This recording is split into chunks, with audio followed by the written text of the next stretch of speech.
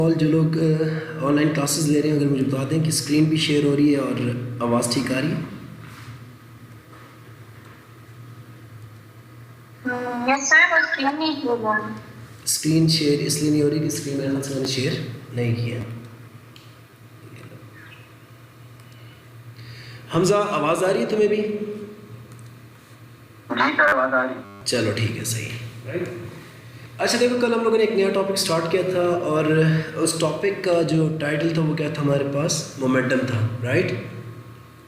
अच्छा, मैंने कल बताया था कि मोमेंटम जो होता है एक फिज़िकल क्वांटिटी है और उसको अगर मैं इन टर्म्स ऑफ फार्मूला लिखता हूँ तो मैस इनटू वेलोसिटी, राइट। इसको मैं कह सकता हूँ मूविंग मैस भी कह सकता हूँ। मोमेंटम के लिए टर्म यूज़ कर सकता हूँ मैं मूविंग मैस की।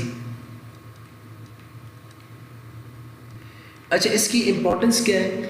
इसकी इम्पोर्टेंस न्यूटन का सेकंड लॉ है। ठीक है, किस तरह से? According to Newton second law कि force is equal to rate of change of momentum. और मैं अगर इसको सिंपल वर्ड में तुम लोगों को बताऊं तो अगर किसी भी चीज़ का मोमेंटम बहुत ज़्यादा हाई होगा तो you need a lot of force to change it. Exactly अगर तुम लोग सोचो कि क्रिकेट चल रही है, बैट्समैन आफरीदी है और बॉलर कौन है? कौन सा था पाकिस्तानी हिस्ट्री का सबसे फास्ट बॉलर? एक तो था अपने पास शोएब अख्तर। ठीक है, अगर शोएब अख्तर उसको बॉल करवाता है और उसको हिट करता है आफरीदी, तो वहाँ पे बहुत ज़्यादा मोमेंटम इन्वॉल्व हो रहा है, राइट। क्योंकि जब आपके पास बॉल आ रहा है तो बॉल ऑलरेडी एक हाई स्पीड के साथ आ रही है। आफरीदी क्या कर रहा है कि ना सिर्फ उसको स्टॉप कर रहा है बल्कि उसको वापस क्या कर रहा है? ठीक है, रिटर्न बैक कर रहा है। इसका मतलब ये हो गया कि मैं यहीं से एक बड़ी ज़बरदस्त एग्जांपल है जो तुम लोग के ओलर्स में काफ़ी क्वेश्चन आता था, वो ये होता था कि वो तुम्हें बताते थे कि लेट्स सपोज हमारे पास एक बॉल है, इसने बैट पे जाके हिट किया और बैट ने उसको वापस रिटर्न कर दिया और यहाँ पे जो स्पीड इन्वॉल्व होती थी वो भी काफ़ी तेज़ ज़्यादा होती थी। लेट्स सपोज कितनी हो गई? 200 मीटर पर सेकेंड की स्पीड से आ रही थी बॉल, और जब उसने रिटर्न की तो वो कितनी हो गई? 300 मीटर पर सेकेंड हो गई। अगर बॉल का मास मेरे पास कितना हो सकता है? तकरीबन 60 ग्राम कर लेते हैं। ठीक है, तो इसका मतलब ये हो गया कि यहाँ पे इस बैट ने कितनी फोर्स इसके ऊपर एग्जर्ट होगी at the time of contact. और मैं कह सकता हूँ कि बैट और बॉल जब कांटेक्ट में थे वो टाइम भी बहुत शॉर्ट टाइम था। ज़ाहिर है, जैसे क्लिक किया, फ्लिक किया, जो भी किया, उसने जैसे टिक किया तो वो थोड़ा सा टाइम था जिसमें जो आपकी बॉल है वो बैट के साथ कांटेक्ट में आई। सही, ये बॉल आई है आपके पास।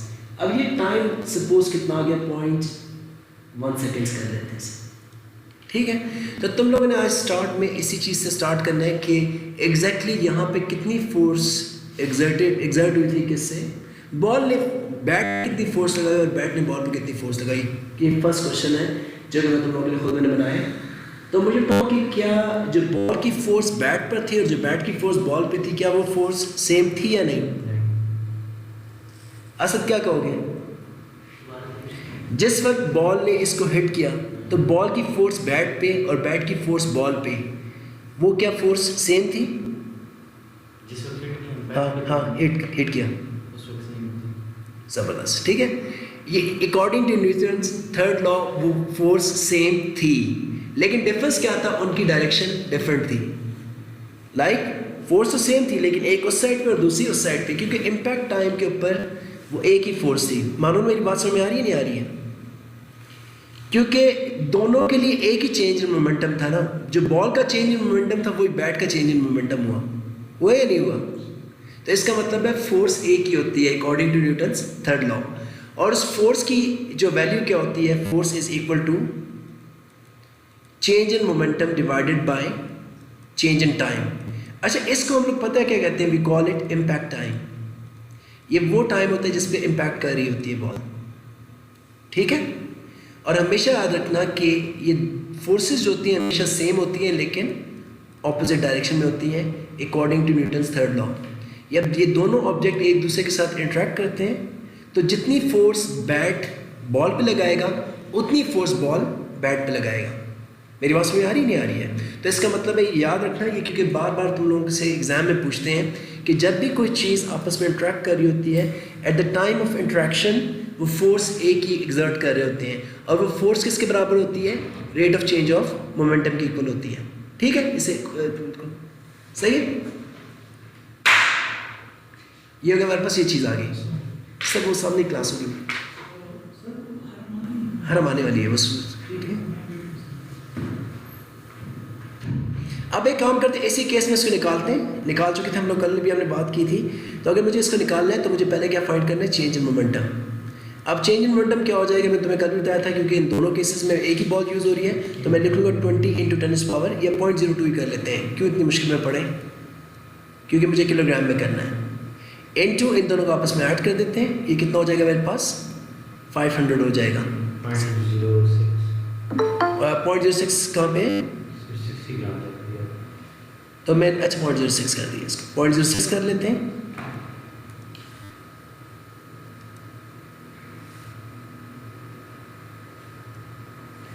ठीक है, तो चेंज इन मोमेंटम हमारे पास क्या आ गया? Change in momentum is equal to 0.06 500 divided by जिस टाइम पे बैट और बॉल एक दूसरे के साथ क्या कर रहे थे? इंटरेक्ट कर रहे थे। उसके टाइमिंग इम्पैक्ट टाइम कितना था हमारे पास? 0.1 था हमारे पास। पर भी तो पहले ये निकाल लेते हैं ना। तो जो फोर्स आ जाएगी वो क्या आ जाएगी? मैं इन दोनों को आपस में मल्टीप्लाई करूँगा और उसको डिवाइड कर दूँगा किस चीज़ से? 0.1 से कर दूँगा। तो मेरे पास क्या आ जाएगा? फोर्स आ जाएगी। ठीक है जी। अब्दुल्ला तैयब, क्योंकि कल तुमने क्लास ज्वाइन नहीं की थी, मैं कोई रिकैप करता हूँ तुम्हारे लिए, क्योंकि वरना टॉपिक में चलना मुश्किल है। और अनफॉर्चुनेटली मैं भूल गया कि मैं लेक्चर भी अपलोड कर देता ताकि तुम्हें पता चल जाता। टॉपिक हमारे पास चल रहा है मोमेंटम, और जो मोमेंटम होता है it's a product of mass into velocity. अगर कोई ऑब्जेक्ट मूव कर रहा होता है ना, तो हमेशा उसका मोमेंटम होता है। ठीक है, और अगर एग्जांपल के तौर पे मैं कह दूं कि 20 किलोग्राम का मास 20 मीटर पर सेकंड से अगर मूव कर रहा है, तो उसका मोमेंटम कितना हो जाएगा? 2 to the 4 400 kilogram metre per second momentum हो जाएगा। और सेकंड चीज़ जो हम लोगों ने की है वो ये की है कि हमने रिलेट किया किस चीज़ को? मोमेंटम को न्यूटन्स के सेकंड लॉ से। एक और मैं काम ये करता हूँ कि मैं आज उसको दूसरे तरीके से तुम लोगों को एक्सप्लेन करता हूँ। अगर तुम्हें याद हो कि according to Newton second law force जो होती है हमारे पास क्या होती है? m/a के बराबर होती है। होती है नहीं होती है? ठीक है, और ये फोर्स क्या होती है हमारे पास? रिजल्टेंट फोर्स होती है। अगर तुम एक चीज़ नोटिस करो कि मैं एक्सेलरेशन को कैसे लिख सकता हूँ कि v - u divided by t। Acceleration किसके बराबर होता है? Change in velocity divided by change in time. ठीक है, तो ये हमारे पास होता है एक्सेलरेशन। तो अगर तुम लोग चेक करो तो ये चीज़ हमारे पास क्या है? एक्सेलरेशन है। ये मास आ गया और ये फोर्स आ गई। आ गई नहीं आ गई? अगर मैं इस मास को मल्टीप्लाई करूँ किसके साथ? v के साथ, और मल्टीप्लाई करूँ किसके साथ? u के साथ, और डिवाइड कर दूँ t के साथ, तो ये मोमेंटम है या नहीं है? है ना? तो ये basically final momentum minus initial momentum divided by time. So मैं कह सकता हूँ कि change in momentum divided by change in time. तो तुम लोगों के आने से पहले मैं ये चीज़ डिस्कस कर रहा था कि जो फोर्स होती है वो rate of change of momentum के बराबर होती है। और नेक्स्ट टाइम फ्यूचर में तुम लोगों ने अगर न्यूटन के सेकंड लॉ को डिस्क्राइब करना है, एक्सप्लेन करना है, तो एग्जैक्टली इसी तरीके से करना है। जी, उनसे कहें क्लास वहाँ पे इंग्लिश के सामने बिठा दें इस वाली क्लास में। ठीक है, ठीक है जी। तो ये चीज़ तुम लोगों ने जो ना इसमें अपने माइंड में रखनी है। अच्छा, अब यहाँ पे मैं एक और चीज़ इसी से लिंक करने वाली बताता हूँ, उसका नाम है इम्पल्स। तो नेक्स्ट टॉपिक हमारे पास क्या है? इम्पल्स। मेजर टॉपिक मोमेंटम का है जिन्होंने अभी ज्वाइन किया है, और उसमें एक मैं छोटी सी चीज़ कवर करूँ जिसका नाम है इम्पल्स। अच्छा, इम्पल्स का क्या होता है कि मैंने बताया कि मैंने अभी तुम लोगों से एक चीज़ निकलवाई थी जिसका नाम था चेंज इन मोमेंटम। मोमेंटम क्या होता है? मूविंग मास होता है। और अगर किसी भी चीज़ को जब हम लोग लेट सपोज ये बॉल जाके बॉल को हिट करती है और वापस रीबाउंड होती है, तो इससे चेंज इन मोमेंटम हुआ है। तो चेंज इन मोमेंटम को we can also called impulse.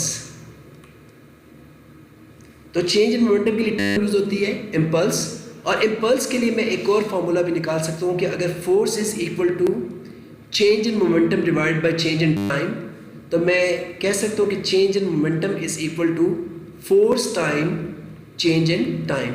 तो ये चीज़ जो होती है दिस इज कॉल्ड इम्पल्स। अगर वो तुमसे इम्पल्स फाइंड करने को कहते हैं एग्जाम में किसी भी क्वेश्चन में, तो तुम लोग इम्पल्स इस तरह से फाइंड कर सकते हो, ठीक है।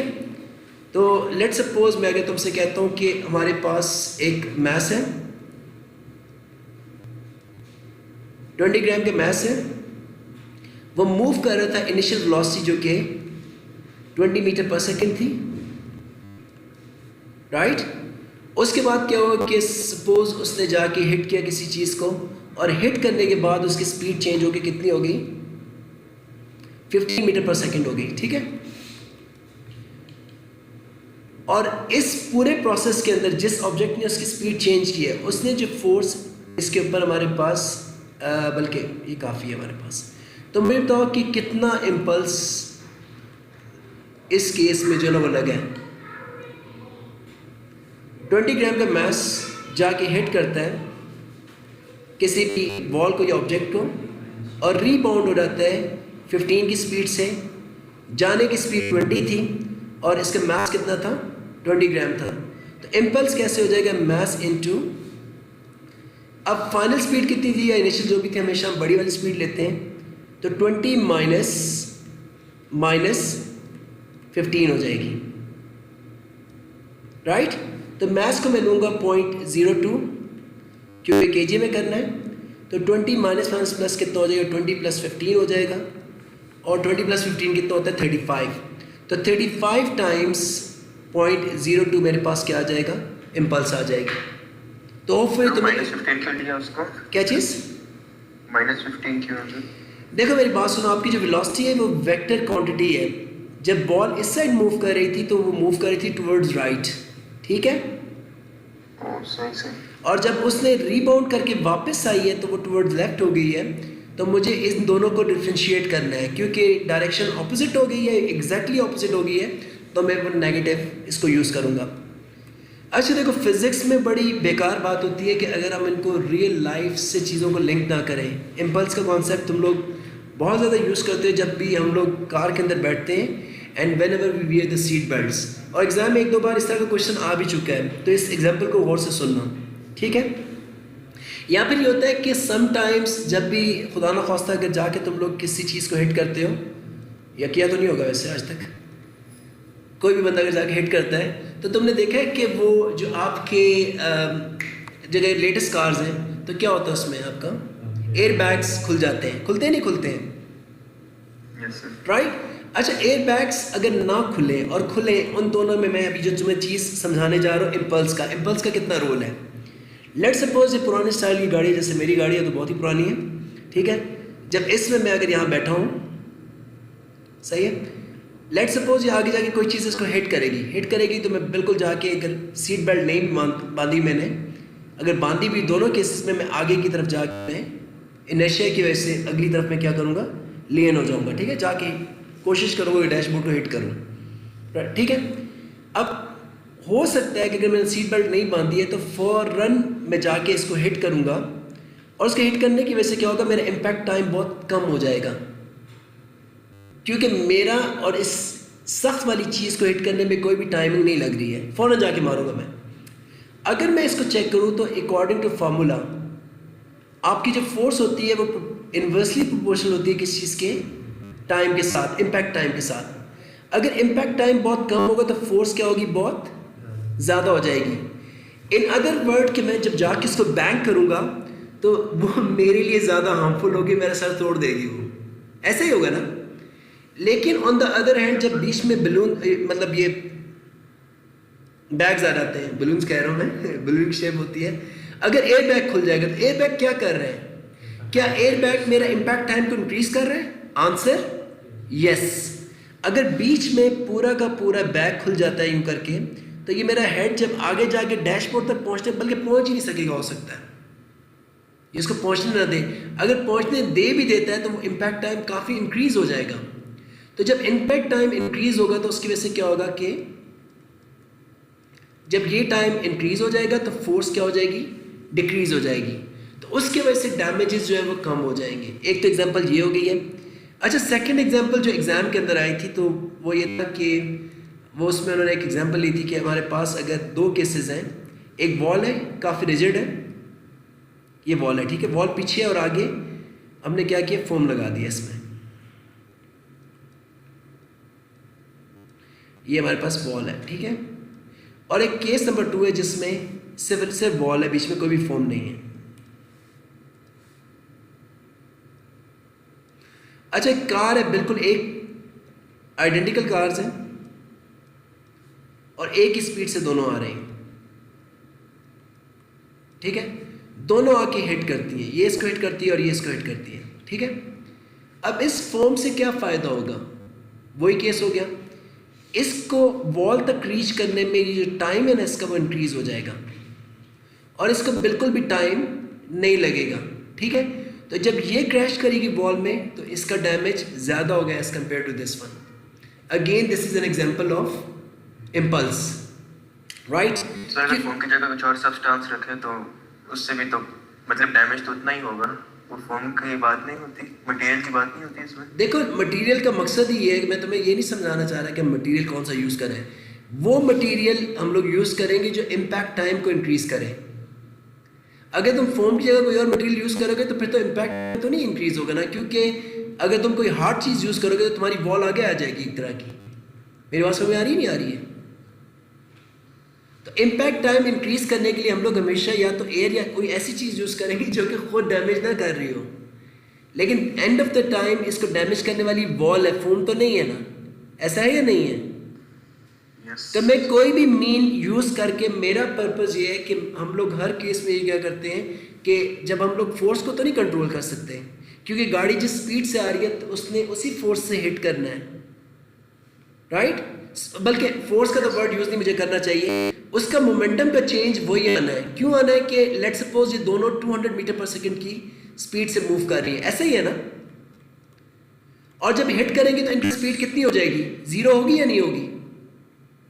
अगर इस कार के मास भी मैं कहता हूँ कि 200 किलोग्राम है और इसका भी 200 kg है, तो मेरी बात सुनो कि मैं 200 को मल्टीप्लाई करूँगा किससे, क्योंकि चेंज इन मोमेंटम कितना आएगा इस केस में, 200 से कितना हो गया, 0। तो स्पीड का चेंज कितना आ गया मेरे पास, 200। और जब मैं इसको मल्टीप्लाई करूँगा किस चीज़ से, इसके मास से, वो भी कितना मैंने लिया, बाय 200 ही ले लिया। तो इसका 2 to the 4 कितना हो गया मेरे पास, 40,000 किलोग्राम मीटर पर सेकेंड का चेंज इन मोमेंटम आ रहा है। तो चेंज इन मोमेंटम तो दोनों का सेम है या नहीं है? सेम है ना। फर्क क्या है दोनों का? दोनों का 40,000 है।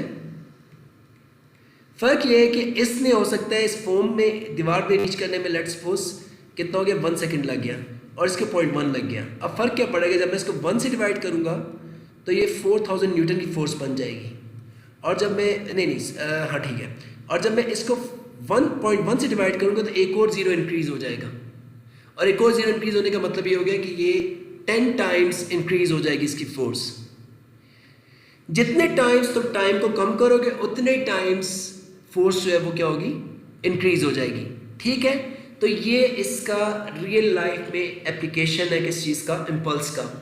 So that is the reason कि जब भी हम लोग मोमेंटम को पढ़ते हैं फिजिक्स में, बीइंग एज अ स्टूडेंट, तो इसमें आगे हेल्प होती है कि if you need to design a car, right. आजकल जितनी भी गाड़ियाँ डिज़ाइन हो रही हैं, तुम लोगों ने कभी नोटिस किया है कि हम लोग कहते हैं कि यार वो पहली गाड़ियाँ बड़ी ज़बरदस्त होती थी, बड़ी हार्ड होती थी, बड़ी टफ होती थी, आज की बड़ी नाजुक है, ठीक है। लगते ही ये नाजुक होना इज गुड फॉर अस और बैड फॉर अस?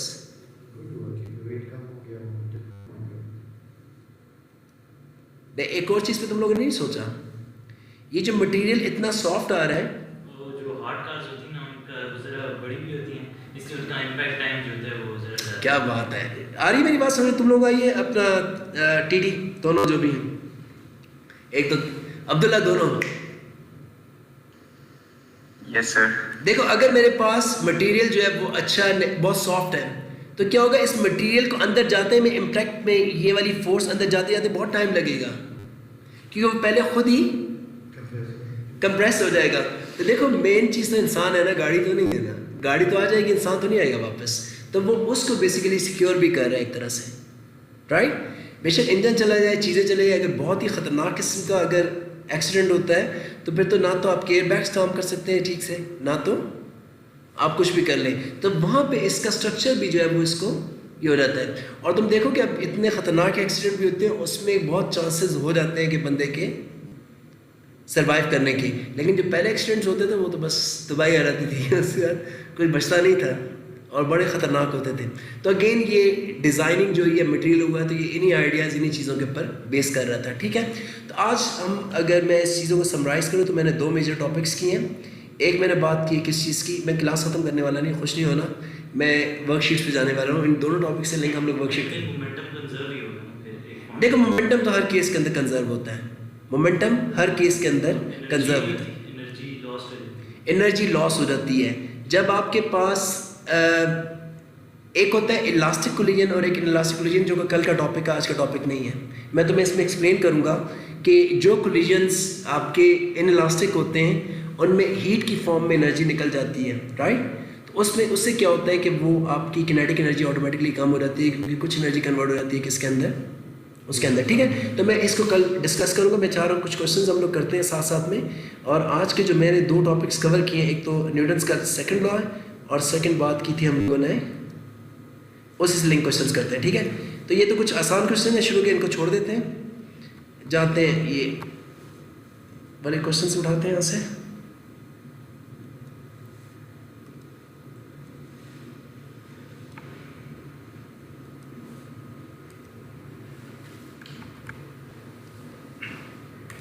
ठीक है जी, इसमें कह रहे हैं कि all external forces on a body cancel out हो गया। Which statement must be correct, the body does not move. ऐसा हो सकता है, नहीं हो सकता?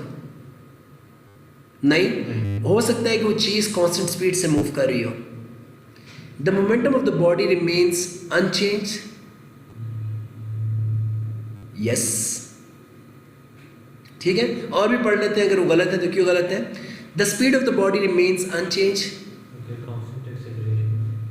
कांस्टेंट एक्सेलरेशन भी हो सकता है। नहीं, कांस्टेंट एक्सेलरेशन के ऊपर भी जो ना आपके पास फोर्सेस कैंसिल आउट नहीं हो रही होती हैं जब बॉडी एक्सेलरेट करती है। इसके बारे में सोचते हैं, अभी छोड़ते हैं, फिर आखिर में बात करेंगे।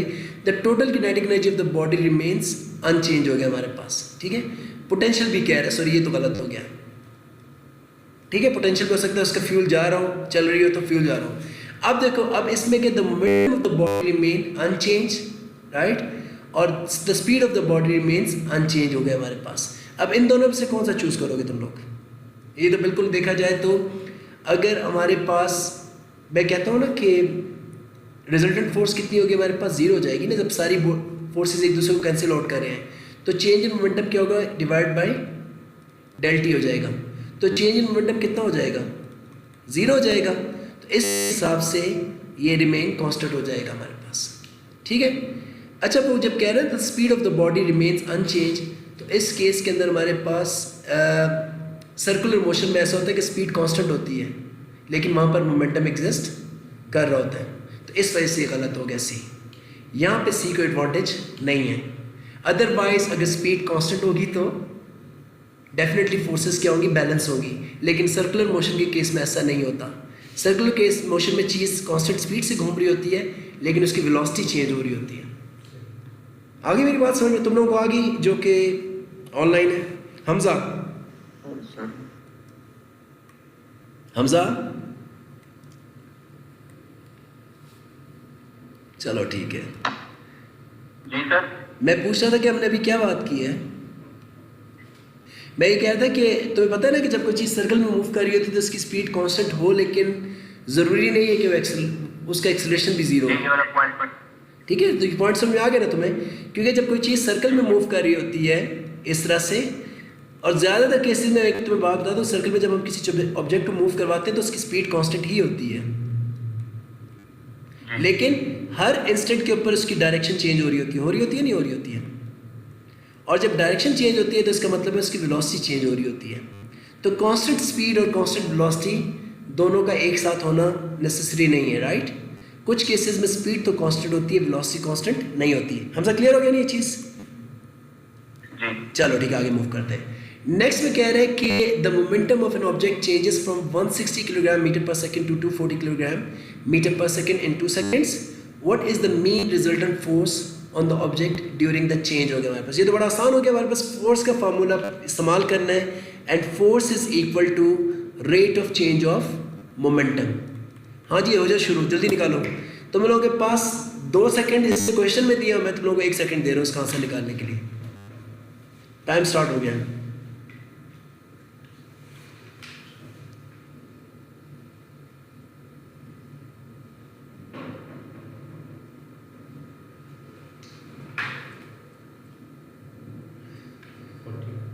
फोर्टी आ गया जी, जबरदस्त 40 आ गया। देखो मेरी बात सुनो, इसका और इसका डिफरेंस कितना है?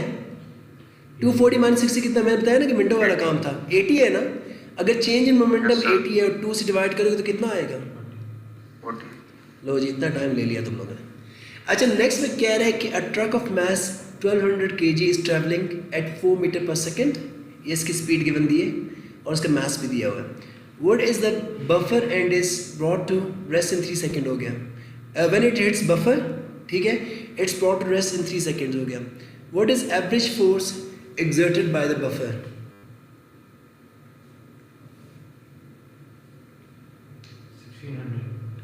1600 हो गई हमारे पास।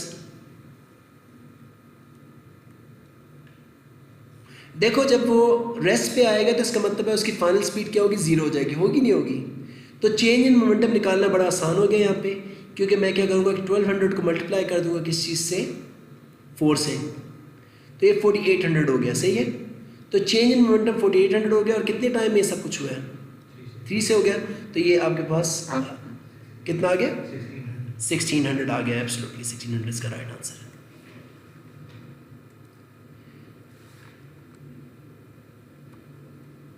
अच्छा, बात है हम इसके ग्राफ्स के ऊपर, स्ट्रेट अवे जाते हैं ग्राफ्स के ऊपर। और मैं अब इसके ग्राफ्स, ये अच्छी चीज़ है कि इसमें मेरा टाइम बच रहा है। मैं सोचा तुम लोग ग्राफ्स सेपरेटली करवाऊँ, लेकिन मैं ग्राफ्स करवाऊँगा इस क्वेश्चन की हेल्प से। ठीक है, तो ये ग्राफ बड़ी इंपॉर्टेंट होते हैं फिज़िक्स में।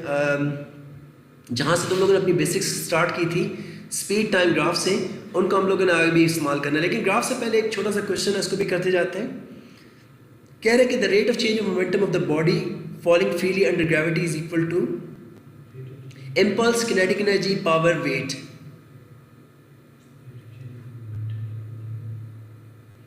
इतना क्यों सोचते हो? आज ही पूरा टॉपिक करवाया मैंने।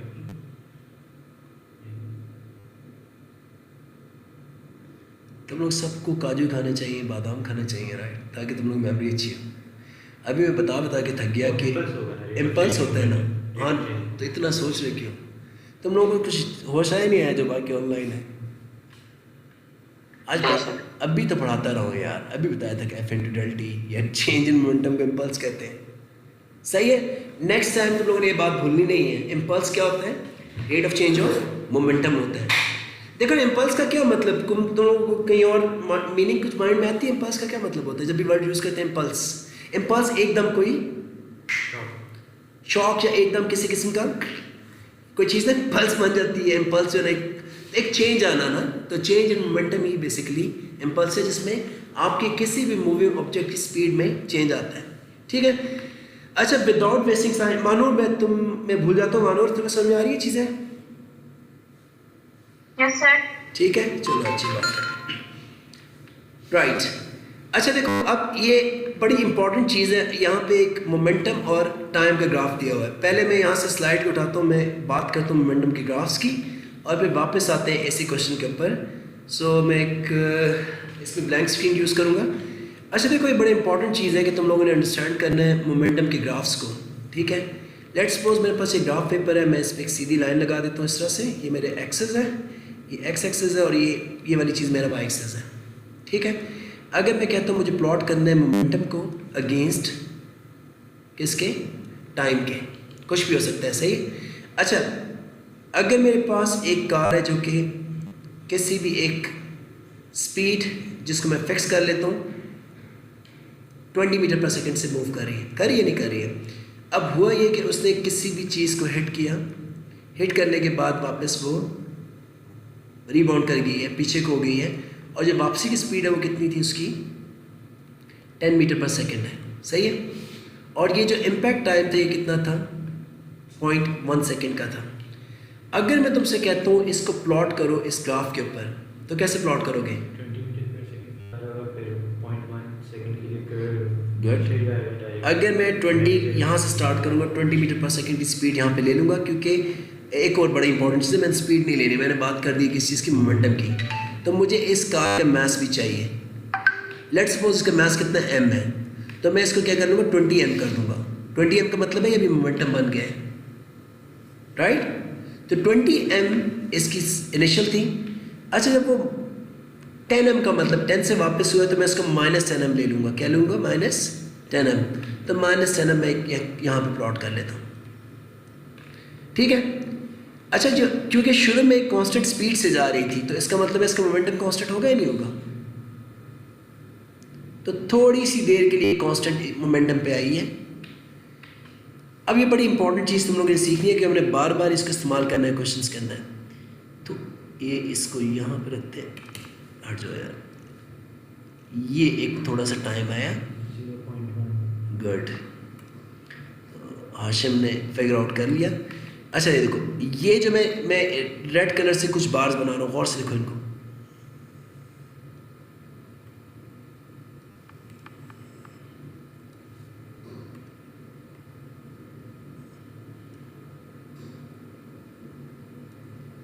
ठीक है, ये जो बार के दरमियान का टाइम है ना, ये कितना है?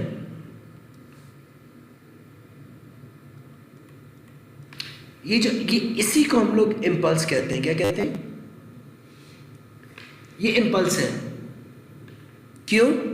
क्योंकि इतना टाइम, और मुझे पता होना चाहिए कि जब इसने इस जगह पे आके हिट किया, हिट करते हुए कितनी फोर्स एग्जर्ट हुई है। अच्छा, तुम लोगों ने अभी देर से ज्वाइन किया, मैं तुम लोग से एक क्वेश्चन पूछना था कि ये चीज़ तुम लोग क्लियर हो जाए, अब्दुल्ला खान और अब्दुल्ला तैयब, कि जब ये कार जाके हिट करेगी वॉल को, तो क्या ये वॉल जो फोर्स एग्जर्ट करेगी और ये कार जो फोर्स एग्जर्ट करेगी, क्या वो इक्वल होंगे या नहीं होंगे इस केस में? होंगे। अब्दुल्ला खान ने कहा होंगे। जी अब्दुल्ला तैयब? मुझे भी लग रहा होंगे। तुम्हें भी लग रहा हो रहा है, और तुम दोनों को बिल्कुल ठीक लग रहा है। क्यों? क्या वजह, इसका रीज़न दो। क्या इसको किस चीज़ से तुम एक्सप्लेन करोगे? एग्जाम में एक्सप्लेन करने को आता भी है, पूछते भी हैं। क्या रीज़न है इसका? न्यूटन का लॉ।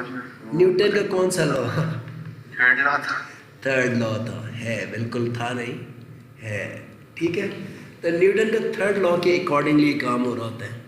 हमेशा याद रखना, थर्ड लॉ है जिसकी वजह से यहाँ पर आपका, अदरवाइज सारी प्रॉब्लम हो जाएगी यार, अगर वॉल बेचारे के साथ भी तो कुछ हो रहा है। लेकिन मैं यहाँ पे तुम लोगों को साथ में एक और बड़ा परसेंटाइल क्वेश्चन करने वाला हूँ तुम लोगों से।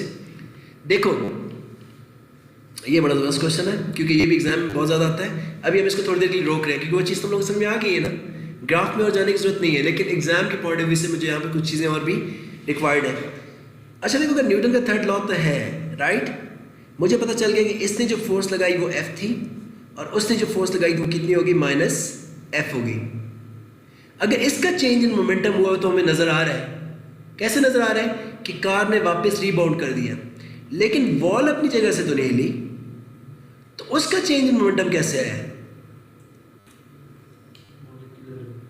मॉलिक्यूलर लेवल पे। वेल डन, तुम्हें याद है, तुमने लेक्चर पहले लिया हुआ है, तो इम्प्रेस नहीं हुआ मैं तो मैंने कहीं उसमें भी बड़ा फोकस किया था।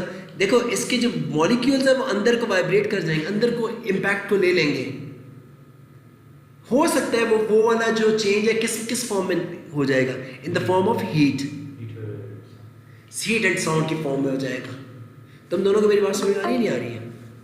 ठीक है। Yes, sir. तो ये बड़ी इंपॉर्टेंट चीज़ है कि यहाँ पे जो हम लोग बात करते हैं जब इम्पैक्ट की, तो ये इम्पैक्ट यहाँ पर ये काम करता है, सही है। तो शेरोज तुम ही हो या फिर नेक्स्ट क्लास वाले?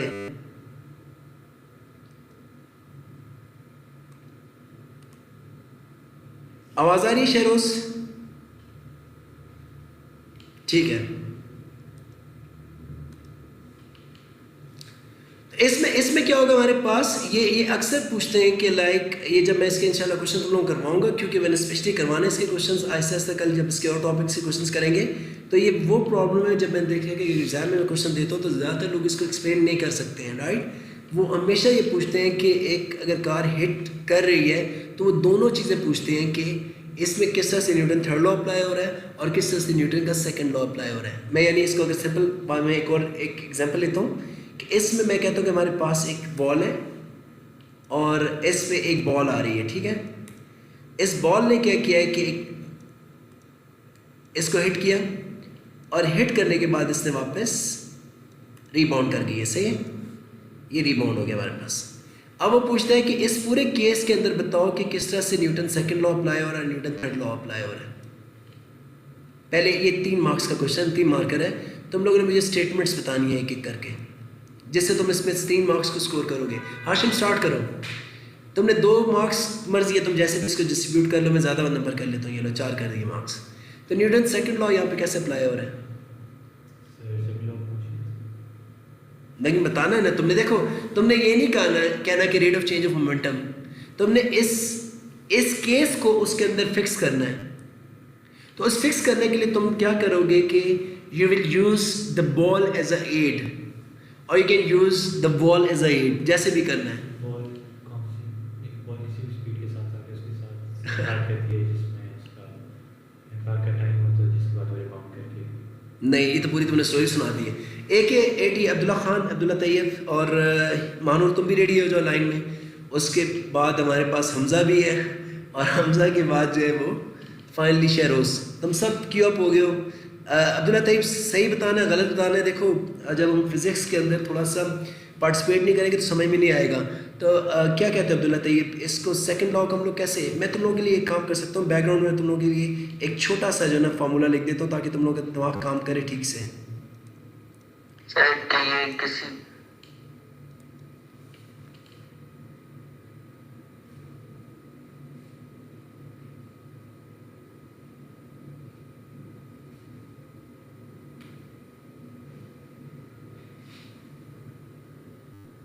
ठीक है। और उसके बाद अब्दुल्ला खान तुम आ जाओ।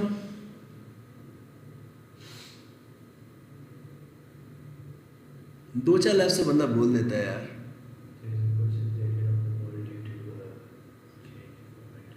जोर से बोला यार। सही है ना, तो क्यों नहीं बोला पहले? देखो मैंने लिखा तो बोला है। चलो तुम लोग सारे रह गए, कोई फ़ायदा नहीं है। अच्छा देखो मेरी बात सुनो, तुमने बताना है कि व्हेन द बॉल हिट्स और स्ट्राइक द बॉल, ठीक है, the change in moment, the force exerted by the ball is equal to the rate of change of momentum. तुमने यार कोई लॉ का तो चेंज नहीं करना ना, तुम लोगों ने बॉल का बीच में एंटर करना ज़बरदस्ती का। मेरी ज़बरदस्ती नहीं है बल्कि अपेरेंटली हो रही है ना, एंटर तो हो रही है ना, हो रही है नहीं हो रही है। तो लिखोगे कि the force exerted by the ball on the wall is equal to rate of change of momentum, ठीक है। अब उसके बाद थर्ड लॉ की बारी आती है। तो थर्ड लॉ कैसे बताओगे तुम लोग?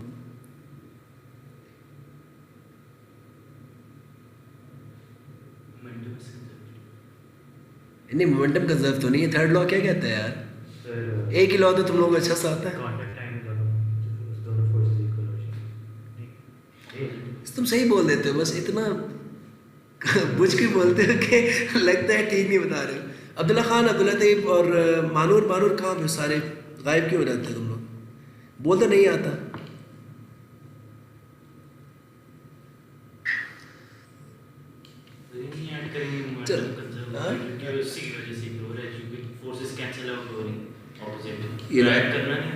असल जो ना न्यूटन की जो ना आखिरी वाक़यात में से असल न्यूटन के थर्ड लॉ में मोमेंटम कहाँ से आ गया? कभी कभी मैं भी फिजिक्स की क्लास एंजॉय करता हूँ। देखो मेरी बात सुनो, फोर्स जो बॉल एग्जर्ट करेगा बॉल पे, एक तो वो दोनों फोर्सेस इक्वल होंगी और सेकंड ऑपोजिट डायरेक्शन में होंगी। तो लिखो जल्दी से लिख लो ताकि, क्योंकि एग्जाम में बार बार आता है। लिखो कि the force exerted by the ball on the wall, the force exerted by the ball in the wall is in the same size but in opposite direction of the force exerted by the ball. तुम लोग कितनी बार Newton का third law पढ़ते हो, लेकिन तुम लोगों को ये आइडिया नहीं होता कि न्यूटन का third law is all about two bodies two. जब तक दो बॉडीज नहीं होगी तब तक न्यूटन का थर्ड लॉ नहीं करेगा। जब वो कहते हैं ना कि न्यूटन का थर्ड लॉ जब भी होता है। और एक और बड़ी इंपॉर्टेंट चीज़, मैं third law by the way मैं तुम लोगों को करवाना है, मैं इसी टॉपिक के आगे जाके उसे करवाऊँगा। एक तो फोर्सेस की नेचर सेम होनी चाहिए, ठीक है, और दूसरी इंपॉर्टेंट चीज़ है कि दो ऑब्जेक्ट हो, एक ऑब्जेक्ट के ऊपर नहीं लगता। तो ये चीज़ तुम लोगों को क्लियर हो गई है, सही है। अब क्विकली विदाउट वेस्टिंग टाइम, क्योंकि हमारे पास 6 मिनट रह गए, इसमें से कुछ क्वेश्चन इम्पल्स के करते हैं। और बल्कि इसी क्वेश्चन को अगर मैं चाहता हूँ अगर हम लोग कर लें, जो क्वेश्चन मैंने तुम लोगों के लिए तैयार किया था जिसमें हमने ग्राफ पे चले गए थे। इसमें कह रहे हैं कि the graph shows the momentum of a cycle list over a period of 8.0 seconds. तो तुम लोगों को देख के लग रहा है कि यहाँ से स्टार्ट हुआ है 0 से, और 8.0 सेकेंड्स पे पूरा का पूरा ग्राफ ख़त्म हो रहा है, ठीक है। वो पूछ रहा है कि एट टाइम 4.0 सेकेंड्स, यानी इस टाइम के ऊपर, ये वाला जो टाइम है, इस टाइम के ऊपर she applies the brakes, what is the resultant force on the cyclist during the period when the brakes are applied हो गया हमारे पास। तो रिजल्टेंट फोर्स का मतलब ये हो गया कि मुझे इसमें से टाइम निकालना है जहाँ पे चेंज आ रहा है। फोर्स से लेके चेंज कहाँ तक आया है, इसके लिए एक काम कर लेते हैं हमारे पास, ये हम लोग इसको थोड़ा साइज़ में इंक्रीज़ कर लेते हैं।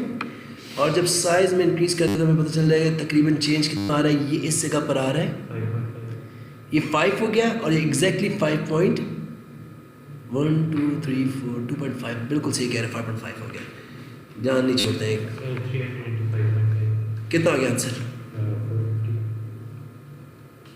जी? 450 का ऑप्शन है हमारे पास, डी आ गया, सही है।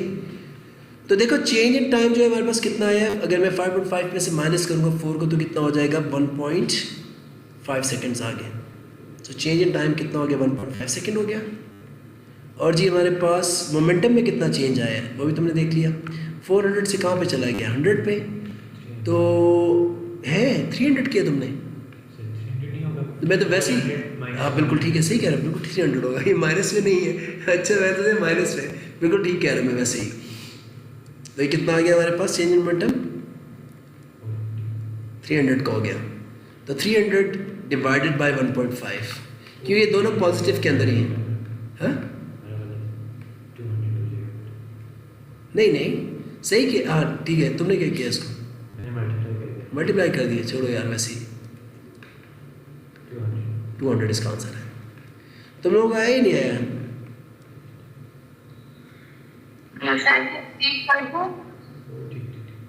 कितना है,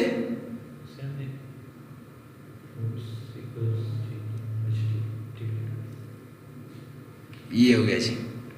देखो मेरी बात सुनो, इसमें खास हमने नेगेटिव माइनस इसलिए नहीं किया, चेंज इन मोमेंटम को हमने माइनस ही किया ना, लेकिन हमने प्लस इसलिए नहीं किया कि इसमें दोनों जो मोमेंटम की वैल्यूज़ हैं वो पॉजिटिव में है। अभी तक ये हो क्या आ रहा था कि हम लोग जब भी बॉल वाली एग्जांपल ले रहे थे तो वो रिबाउंड होकर उसकी डायरेक्शन चेंज हो रही थी, तो इसलिए हम लोग उसको प्लस कर देते थे, माइनस माइनस। लेकिन यहाँ पे हमने चेंज निकालना है और मोमेंटम ऑलरेडी हमें गिवन है और दोनों पॉजिटिव में हैं, तो 400 माइनस 100 300 होता है, डिवाइडेड बाय ये इम्पैक्ट कितने टाइम में हुआ, तकरीबन 1.5 में, तो ये हमारे पास 200 का इसका आंसर आ रहा है, सही है। तो ये चीज़ भी हो गई। जल्दी से इसमें आगे जाते हैं, एक क्वेश्चन इम्पल्स का करते हैं और उसके बाद क्लास को एंड करते हैं।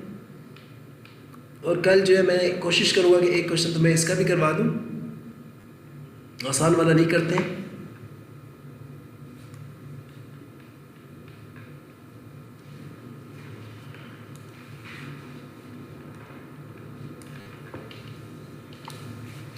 टाइम कम है इसलिए आसान वाला ही करते हैं। कल मैं करवाऊँगा, मुश्किल टाइम लग जाएगा इसके ऊपर बहुत ही, क्योंकि नेक्स्ट क्लास भी है, थोड़ा आइडिया हो जाए तुम लोगों को।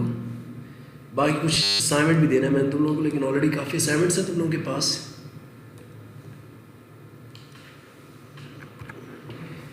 अच्छा, इसमें कह रहे हैं कि a cricket ball of 0.2 kilogram strikes the bat at right angle with speed of 20 meter per second and rebounds with the speed of 36 meter per second. Find the impulse given by the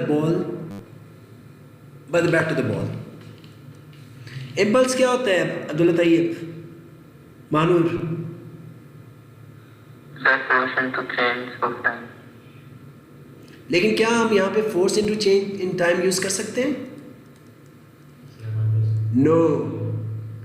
तो फिर impulse एक और चीज़ के बराबर भी होता है, वो क्या होता है Abdullah Khan? Change in momentum. मानूर, ज़बरदस्त, चेंज इन मोमेंटम। ठीक है, अब क्योंकि इस केस में बॉल तो एक ही है ना, जब बॉल एक ही होता है इसको सिर्फ एक बार लिखते हैं ना, और ब्रैकेट में अब हम लोगों ने कॉमन ले लिया तो स्पीड्स का डिफरेंस ले लेंगे। जाने की स्पीड कितनी थी? 20। वापस आने की कितनी है? वापस से रिटर्न है ना, तो माइनस लेंगे इसको। तो जब हम इनको आपस में ऐड करेंगे तो 0.2 टाइम्स 20 माइनस 1 प्लस हो गया, ये हो गया कितना हमारे पास? 50 हो गया। 10 लगा देते हैं, एक पॉइंट कट जाएगा, 0 से कट गया तो 5 2 10, तो 10 किलोग्राम मीटर पर सेकंड का इम्पल्स होगा। सही है जी। तो ये इसको न्यूटन सेकंड भी कह सकते हैं, वैसे इसमें नहीं लिया जाता, इसका ज़्यादा पॉपुलर तरीका है न्यूटन सेकंड है। इम्पल्स के लिए न्यूटन सेकंड यूज़ करते हैं, ठीक है, क्योंकि दैट मेक सेंस। एक्चुअल में इम्पल्स फोर्स इनटू टाइम है, लेकिन चेंज इन मोमेंटम भी इम्पल्स के बराबर होता है। तो आज के लेक्चर से लिंक कोई भी क्वेश्चन मैं कल के लेक्चर में तुम लोगों को